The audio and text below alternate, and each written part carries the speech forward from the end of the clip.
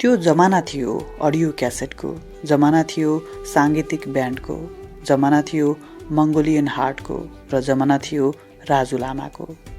संक्षेपमा जमाना यस्तो थियो।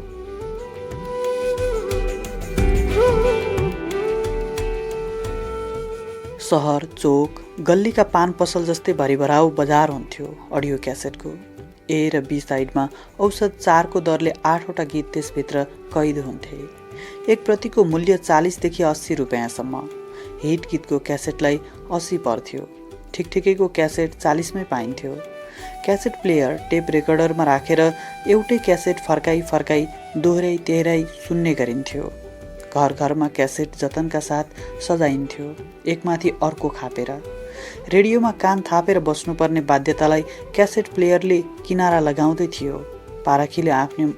पारखीले आफ्नो मर्जी अनुसार जहाँ पनि जुनसुकै बेला गीत सुन्न सक्थे। हाट बजार, मेलापात, बिहे भोजमा माइक घन्काइन्थ्यो। ग्रामफोनपछि रेडियो र त्यसपछि नयाँ ध्वनि तरङ्गले एक अलग साम्राज्य बनाउँदै थियो। पप सङ्गीतको बजार उत्कर्षमा पुगेको त्यो बखत वैँसालो वयका दौतरीहरू साङ्गीतिक ब्यान्ड मार्फत आफ्नो चिनारी खोज्दै थिए।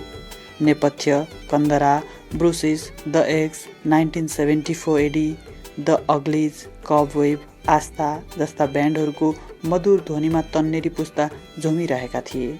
नेपाली लोकलय र पश्चिमा पप मिश्रित सङ्गीतको बेजोड गुरुत्व बलले पारखीहरूको मन तानिरहेको थियो। यही पृष्ठभूमिमा सेलो फ्लेभरको पप गीतले आफ्नो बेग्लै वर्चस्व बनाउँदै लगेको थियो।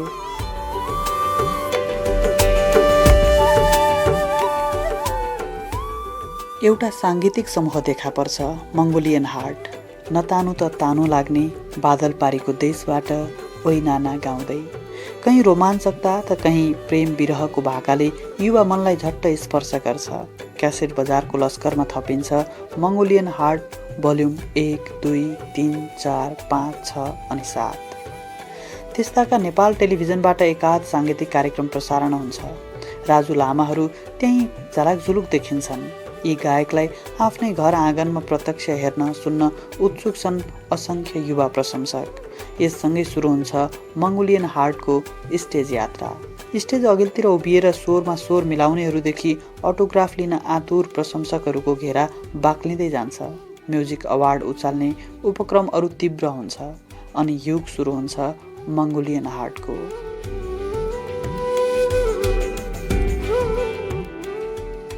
स्कुल पढ्ने उमेरका जोसिला सहपाठीहरू छन् गाना बजानामा रुचि राख्ने। शुक्रबार विद्यालयमा पढाइ बाहेक अतिरिक्त क्रियाकलाप हुन्छ। कहिले अभिभावक दिवस, कहिले विद्यालयको वार्षिक उत्सव।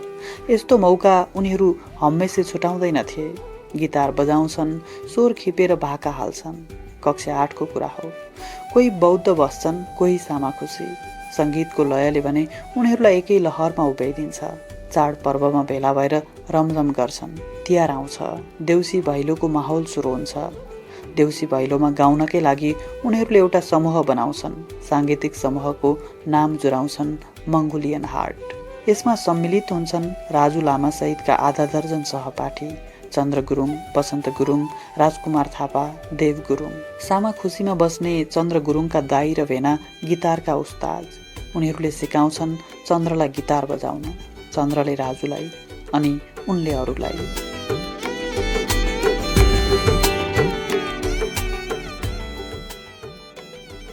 देउसी खेलेर पैसो जोहो गर्छन्, लगभग 18,000 रुपियाँ। उनीहरू गीत रेकर्ड गराउन तम्सन्छन्। एउटा गीतले पुग्दैन, 6 वा 8वटा चाहिने भयो। कोही गीत लेख्छन्, कोही धुन खोज्छन्। छाउने स्थित स्टुडियोमा गीत रेकर्ड हुन्छ, एल्बम तयार हुन्छ, सोल्टिनी।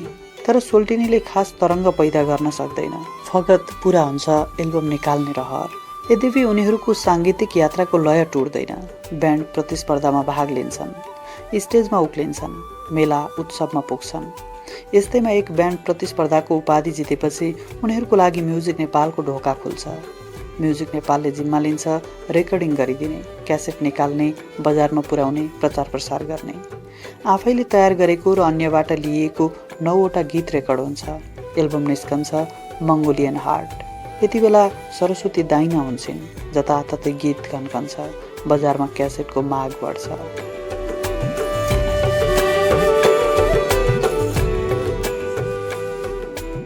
मङ्गोलियन हार्टलाई सुनेर पारखीको धित मर्दैन। अन्ततः मङ्गोलियन हार्ट भोल्युम 2-3 हुँदै 7सम्म बजारमा आउँछ, सर्वत्र छाउँछ। ब्यान्डले क्यासेट बिक्री भएअनुसार रोयल्टी प्राप्त गर्छ, प्रति क्यासेट 2 रुपियाँ। 10,000 प्रति क्यासेटपछि क्रमशः रोयल्टीको मूल्य बढ्दै जान्छ। मङ्गोलियन हार्ट 4-5 लाख प्रति बिक्री हुन्छ। लोकप्रियताको यो ग्राफ अनवरत उकालो लाग्छ। त्यसपछि मङ्गोलियन हार्टले पछाडि फर्केर हेर्नु पर्दैन।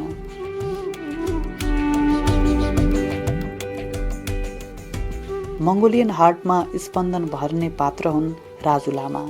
बाटुलो मुहार, सिल्की कपाल, गोरो वर्ण, हँसिलो स्वभाव। हाँस्दा सेता दाँतका लहर खोल्छन् र गालामा खोविल्टा पर्छ।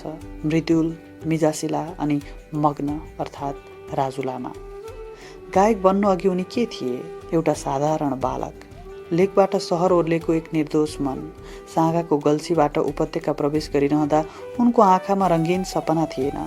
त्यसबेला उनी 5 वर्षका बालक थिए। सिन्धुपाल्चोकको एक्लासे लेकमा जन्मी हुर्केका। सिन्धुपाल्चोक स्थित सुनचौर उनको पुर्ख्यौली थलो। परिवारमा 9 जना लालाबाला, 7 दिदीबहिनी, 1 भाइ, जेठो छोरा राजु। निम्न मध्यम वर्गीय परिवार, दुःखजिलो गरेर छाक टार्न पुग्ने। सबैजना खेती किसानी गर्ने। गाउँमा मोटर बाटो पुगेको थिएन। गाडी चढ्न घन्टौँ हिँड्नु पर्थ्यो। काठमाडौँसम्म आइपुग्न 2 दिन लाग्थ्यो। त्यसबेला घर बाहेक विद्यालय थिएन। लेकका बालबालिकालाई पढ्न र लेख्ने मुस्किल। उनकी दिदीको विवाह काठमाडौँको बौद्धमा भयो। बुबाले राजुलाई दिदीसँगै राखेर पढाउने चाहना राखे। काठमाडौँ जाने कुराले राजु फुरुङ्ग भए। रङ्गीचङ्गी सहर, मोटर गाडी देख्ने उत्सुकताले उनलाई कता कता काउकुती लगाउँछ। उनी यसै मक्ख पर्छन्। अन्ततः बुबाको काँधमा चढेर उनी घर छाड्छन्, आमा छाड्छन्। त्यस बखत काठमाडौँ जाने भनेपछि गाउँ छिमेकका मान्छेहरू हुल बाँधेर हिँड्नुपर्ने। एक्लै दुक्लै नहिँड्ने। गाउँभरका 10-15 जना काठमाडौँतर्फ लाग्छन्। बुबाको काँधमा चढेर राजु पनि सो टोलीमा सम्मिलित भए। त्यो सानो लस्कर लेकको साँगुरो बाटो उकाली उराली खोल्साउँदै ठाउँ ठाउँमा थकाइ मार्दै खाजा पानी खाँदै अगाडि बढ्छ। झमक्क साँझ परेपछि एक ठाउँमा रात कटाउने सुरसार हुन्छ। तब पो सम्झन्छन् राजु आफ्नो गाउँ, आफ्नो घर अनि आफ्नी आमा।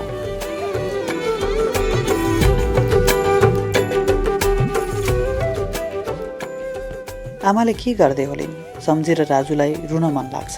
रात पर्छ, खानपान गरेर सबै सुत्छन्। भोलिपल्ट धरतीमा उज्यालो खस्न नपाउँदै फेरि यात्रा सुरु हुन्छ। उसै गरी अर्को दिनको हिँडाइपछि बल्ल घाटखोला भेटिन्छ, जहाँबाट गाडी चढ्न पाइन्थ्यो। सबैजना गाडी चढ्छन्। पहिलोपटक गाडीमा बस्दा अझ झ्यालतर्फ बस्दा राजु दङ्ग पर्छन्। झ्यालबाट देखिने दृश्यहरूमा एकोहोरिन्छन्।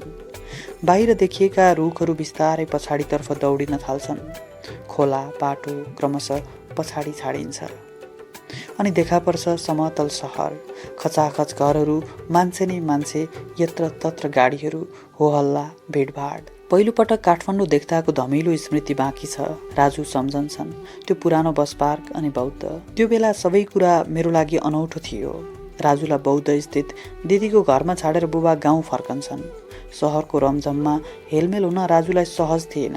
गाउँमा उनले बोल्ने भाषा यहाँ धेरैले बुझ्दैनथे। अरूको कुरा उनले सजिलै नबुझ्ने। मलाई त्यसबेला तामाङ भाषा मात्र बोल्न आउने, पर्वते भाषा बोल्न नसक्ने। राजु सुनाउँछन्, मेरो फुपूका छोराहरू दौतरी थिए। उनीहरूसँग खेल्दा बस्दा बोल्न सिकियो।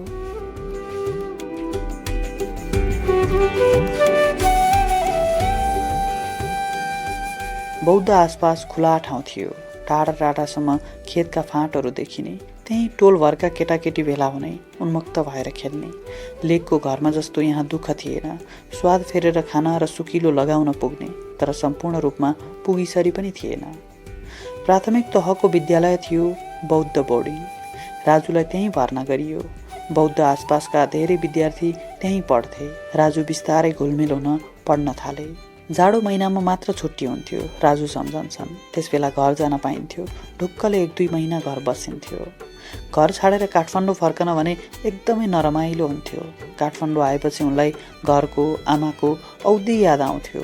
घर फर्कौँ फर्कौँ लाग्थ्यो। सहरको रमझममा पनि मन न्यास्रो हुने।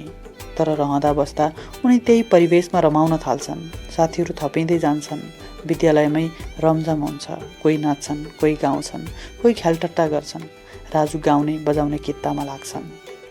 गायक हुन्छु वा सङ्गीतमा लाग्छु भन्ने कुनै योजना र उद्देश्य थिएन, राजु सुनाउँछन् र रहरमा यता लागियो। बाल्यकालमा कसैले सोधेनन् के बन्छौ, उनले कहिल्यै सोचेनन् म के बन्छु, तर जीवनले आफै सुरताल पक्रियो, लय र धुन समात्यो, अनि पो उनी गायक भए।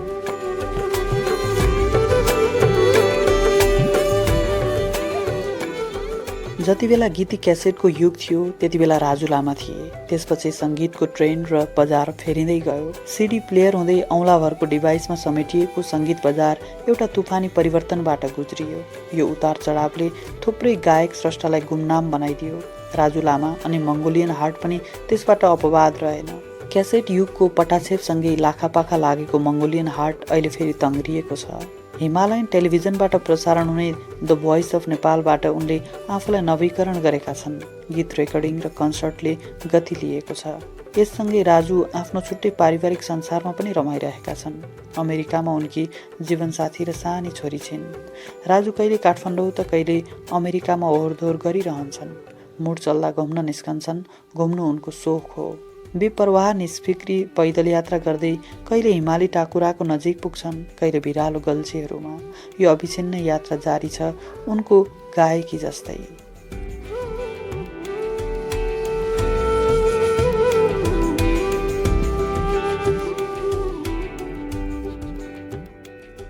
राजु लामाको यो सङ्घर्ष कथा हामीले अनलाइन खबर.com बाट साभार गरेका हौँ।